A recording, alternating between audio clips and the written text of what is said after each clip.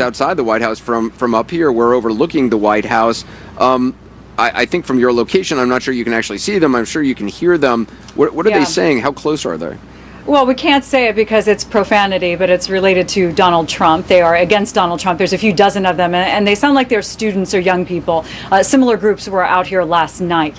But, you know, they've been coming and going. They're not causing a disturbance, but, you know, that's what we can expect to see out here, Anderson.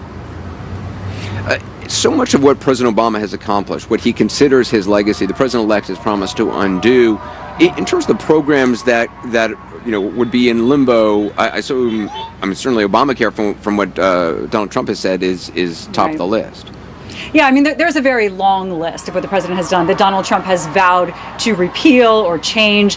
We could focus on the very obvious first, Obamacare. I mean, he's vowed repeatedly to repeal that. And the White House pretty optimistically today pointed out that, yes, it is a law. He would need Congress to repeal it. Republicans don't have 60 seats in the Senate.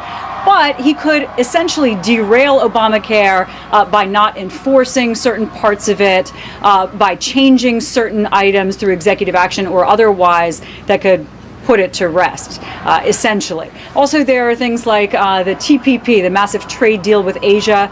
I mean, people are looking at that like that is going nowhere at this point. Then there's the environment and climate, not just the Paris Climate Agreement, but other action the president has taken, like his Clean Power Plan. And we know Donald Trump wants to do things like invigorate the coal industry in America.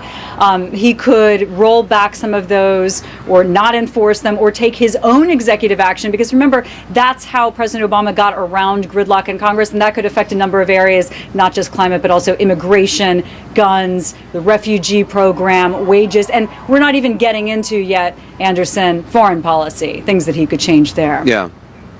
And a fascinating event tomorrow at the White House. President-elect Trump is scheduled to meet with President Obama to discuss the transition. What do we expect from that meeting? I assume there'll be a camera at least for a while inside, or maybe they'll make a joint statement? Yeah. We're not sure what to expect exactly after it.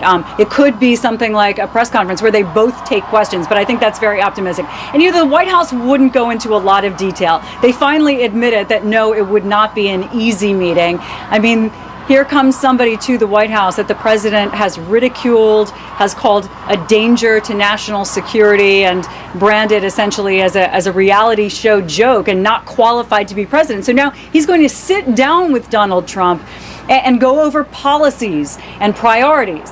The president's priorities are not the same as Donald Trump's priorities, but the White House wouldn't say that it was actually lobbying Donald Trump to try to keep them in place, but they did say they would lay out the status of where certain policies stand right now, and they would also go over the benefits of them in the hopes, again, talking very optimistically, that Donald Trump eventually and his team would see that some of them don't need to be repealed fully, and there are some benefits there. All right, we'll see. Michelle Kosinski, thanks very much. Back with the panel.